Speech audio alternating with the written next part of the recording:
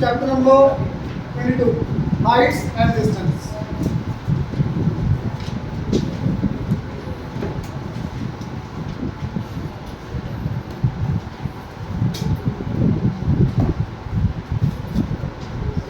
बेटा इसमें आपने पढ़ना सारा जो भी आपने ट्रिग्नोमेट्री पढ़ी है एक्चुअल में कहाँ यूज होगा, एप्लीकेशन एक्चुअल में। इस चैप्टर का नेम आप ये भी बोल सकते हो एप्लीकेशंस ऑफ ट्रिग्नोमेट्री। जो साइन कॉस टेन आपने पढ़ा है एक्चुअल लाइफ में वो कहाँ यूज होगा उसको पढ़ेंगे आप। इससे पहले आपको ये पढ़ा होना चाहिए साइन थीटा का कुछ फॉर्मूला था लास्ट ईयर। साइन थीटा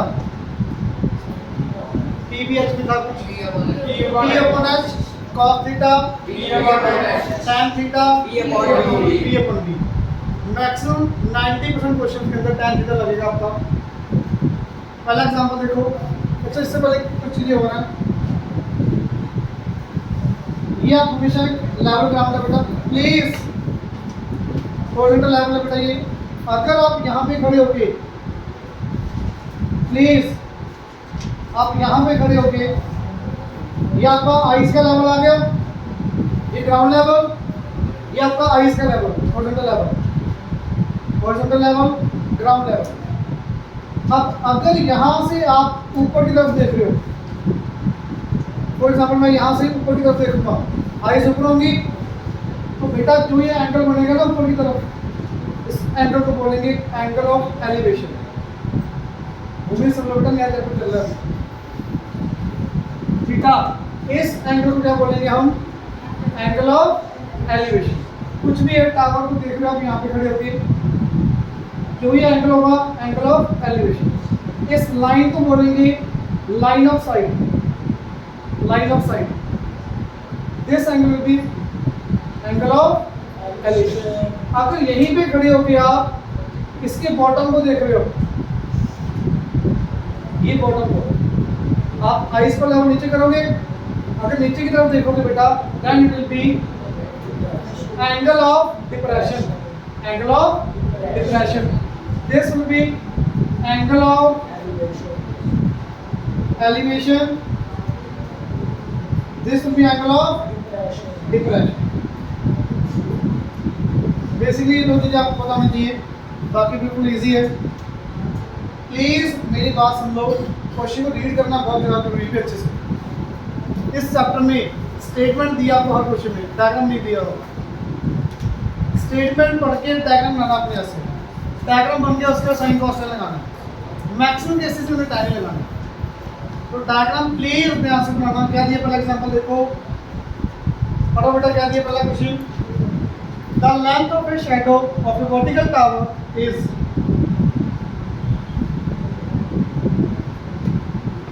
बेटा वर्टिकल टावर बाय डिफॉल्ट हम मान के चलेंगे वर्टिकल टावर बिल्कुल सीधा होता है। एक से ले लो शैडो, मान लो शैडो इधर या इधर, आप बताओ राइट साइड, ये शैडो आ गई, ये टावर, ठीक है। पढ़ो बेटा क्या दिया प्लीज पढ़ना। The length of shadow of A vertical tower is √3 times it's height. अगर ये हाइट ऑफ टावर x, ये शैडो कितनी है बेटा √3x। इसमें किसी के बच्चे को ये डाउट तो नहीं है भी ये x है √3x, पक्का निकाला क्या पढ़ो बेटा। Find the angle of elevation of the sun. बेटा सन यहाँ पे होगा, तो ही यहाँ से सन में इसकी शैडो आ रही है, मेरी बात समझ आ रही है। सन इधर होगा तो ही शैडो इधर आएगी, सन अगर इधर होगा तो शैडो इधर आएगी। वो आपने बोला इधर बनाने के लिए, मैं इधर बना दी। क्लियर? तो बेटा ये एंगल निकालना है। एंगल के अकॉर्डिंग आपको क्या क्या गिवन है, परपेंडिकुलर और ये बेस। परपेंडिकुलर और बेस में क्या लगेगा tan। tan theta is equal to perpendicular x base √3x। Cut करो बेटा ये 1/√3। tan थीटा 1/√3 कहाँ पे बेटा 30। यहाँ पे लिखोगे tan 30 डिग्री और comparing theta is equal to answer. बिल्कुल इजी है ना ये, लगभग सारे क्वेश्चन ऐसे चलेंगे आपके। और पहले एक्सरसाइज में जो करवा दिया वही सेम सेकंड एक्सरसाइज में, नया का सब कुछ भी नहीं इस चैप्टर में। क्वेश्चन अच्छे से पढ़ना बस। सेकंड एग्जांपल देखो, पढ़ना बेटा। Second example,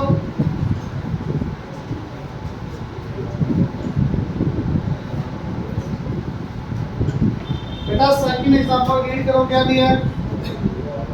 the angle of elevation of a top of tower at a distance, diagram नहीं देखना भाई, सिर्फ क्वेश्चन रीड करो नीचे।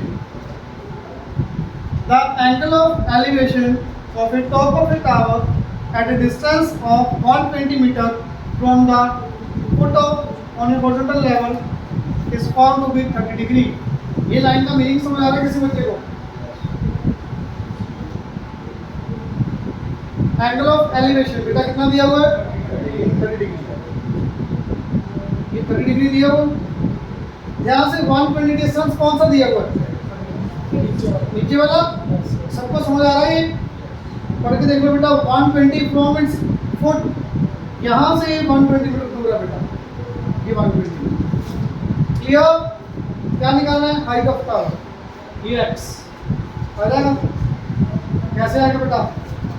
tan 30 degree is equal to perpendicular x, base 120 metre. tan 30 की value 1/√3 is equal to x upon 120, root 3x is equal to 120, x equals to, अब please यहाँ पे रूट 3 के लिए 1.73 मत करना, पहले इसको रैशनलाइज करना, क्योंकि 1.73 से डिवाइड करना बहुत टाइम लगेगा भैया। रैशनलाइज करना इसको, रूट 3 ऊपर, रूट 3 नीचे, रूट 3 इंटू रूट 3 3 को कट करो बेटा ऊपर, 40 इंटू 1.73। अब ये आंसर आ जाएगा आपका ऐसा। क्लियर? आप एक बार यहाँ तक छोड़ दोगे 40 इंटू रूट 3 लिख के मीटर, एक लाइन छोड़ दो नीचे। अगर टाइम कम हो तो वैसे तो पूरा करना ही करना है। कई बार क्या था लास्ट में 5 मिनट रहे तो क्वेश्चन बहुत ज़्यादा पड़ेगा। 40 रूट 3 छोड़ के मीटर में देखो, एक लाइन छोड़ दो, अगला क्वेश्चन कर दो। लास्ट में टाइम बचे तो वैल्यू सॉल्व करके लिख देना, अदरवाइज कोई, क्योंकि यहाँ पे तो आधा नंबर ही कटेगा, एक नंबर क्वेश्चन छोड़ के तो नंबर 3 जाएंगे आगे। ठीक है ना? आगे देखो क्वेश्चन बस। एग्जाम्पल नंबर 3, एग्जाम्पल नंबर 3 पढ़ो बेटा। हाँ जी, 1.7 करके 6.8, वो भी कोई बात ठीक है, नहीं कटेगा। पेपर में ना वैसे लिखा होता है, कई बार 2 डेसिमल दे सकते, 1 डेसिमल दे सकते, तो उसकी बड़ी करना। हाँ जी, देखना बेटा। Guard observes an enemy boat from an observation tower at a height of 180 metre above the sea level. भाई तुमने पढ़ना नहीं, यहाँ से निकालूं क्लास से, नया चैप्टर है ये तो सुन लो। Guard observe an enemy boat, कहाँ से ऑब्जर्व करा बेटा? ये सी लेवल से कितना ऊपर है? 180 मीटर, 180 मीटर ऊपर यहाँ से ऑब्जर्व करा बेटा। यहाँ से देख रहे हो पर्सन, समझ आ रही बात? तो नीचे की तरफ देखिएगा ना बेटा, यहाँ से पढ़ना क्या दिया हुआ है? At an angle of depression of 29 degree, यहाँ से एनिमी बोट को देख रहा है, जिसका एंगल प्लीज देखना, एंगल ऑफ डिप्रेशन ये लोगे के ऊपर वाला लोगे, हमेशा हॉरिजॉन्टल लेवल से एंगल लेना अपने। This angle will be 29 degree, तो ये कितना आ गया बेटा? 29 अल्टरनेट एंगल्स। क्लियर? क्लियर? आगे बढ़ो। Calculate the nearest metre the distance of the boat from the foot of the observation tower.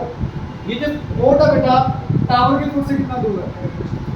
कैसे आएगा ये निकालना है अपने। क्या लगेगा अभी? tan 29 is equal to 180 upon tan 29 की वैल्यू आप टेबल में से देख लोगे बेटा। अगर ये क्वेश्चन आपको एग्जाम में आ रहा है ना, तो ब्रैकेट में क्वेश्चन के एंड में दिया होगा tan 29 is equal to value, question के एंड में दिया होगा ब्रैकेट में, या फिर वो टेबल दे देंगे आपको, टेबल देने की बजाय ब्रैकेट में लिख देंगे, ठीक है ना। तो अगर दोनों ही आपको पता देखना था ना टेबल बेटा, tan 29 की वैल्यू देखना कितनी है, 0.0553 180/x, बेटा यहाँ से x आ जाएगा बेटा x। सेकंड बार रीड करो, सेकंड बार रीड करो बेटा, क्या दिया हुआ है, after some time it is observe that the boat is 200 metre from the foot of the observation tower. Boat कितनी है बेटा यहाँ से 200 मीटर पे, मान लो कुछ यहाँ तक आ गई बोट, ये कितना देंगे आपको, नियम मालूम रखता है, बोट कितनी है आपके पास 200 मीटर, क्लियर। क्या टावर की हाइट चेंज होगी, वो तो कितनी रहेगी 180 मीटर, क्लियर। टावर की हाइट तो कितनी रहेगी ना बेटा, बोट पास आ रही है तो डिस्टेंस कम हो जाएगा, दूर जाएगी तो ज़्यादा हो जाएगा डिस्टेंस। अच्छा बिना एंगल निकाले मेरे को बता दूं तो ये एंगल ज़्यादा आएगा या कम होगा, ज़्यादा होगा ना, जितना ज़्यादा पास होगी बेटा उतना एंगल बड़ा होता जाएगा, इज इट क्लियर। और एक सिंपल प्लीज सुनना, जितना राइट एंगल के पास जाओगे उतना एंगल बड़ा, जितना राइट एंगल से दूर जाओगे उतना एंगल छोटा, क्लियर। ये जो मैंने अभी लाइन बोली है ना, आगे कई क्वेश्चन यूज होगी सेकंड एक्सरसाइज में, दोबारा सुन लो। 90 के पास जो जितने एंगल्स होंगे, क्योंकि यहाँ पे एक ही ट्रायंगल बन रही है ना अभी, आगे 2-3 ट्रायंगल्स बनेंगे जब तब दिक्कत होगी। 90 के पास वाला एंगल हमेशा बड़ा होगा, 90 से दूर जो होगा वो छोटा, क्लियर। बड़ा बेटा क्या दिए, calculate the new angle of depression, ये एंगल निकालना है, तो ये निकालना है कैसे आएगा, tan theta is equal to 180 upon, cutting करो बेटा ये tan, ये 9.9, तो आप टेबल में से चेक कर लो कि 0.9 कहाँ पे है, एंगल बता दो कि कितना आ रहा है बेटा, टेबल में से चेक करना आता है ना आपको, पक्का बेटा हो जाएगा ये क्वेश्चन, पास लग रहा है क्या आपको, समझ आ रहा है, समझ आ रहा है बेटा। ये आगे देखो,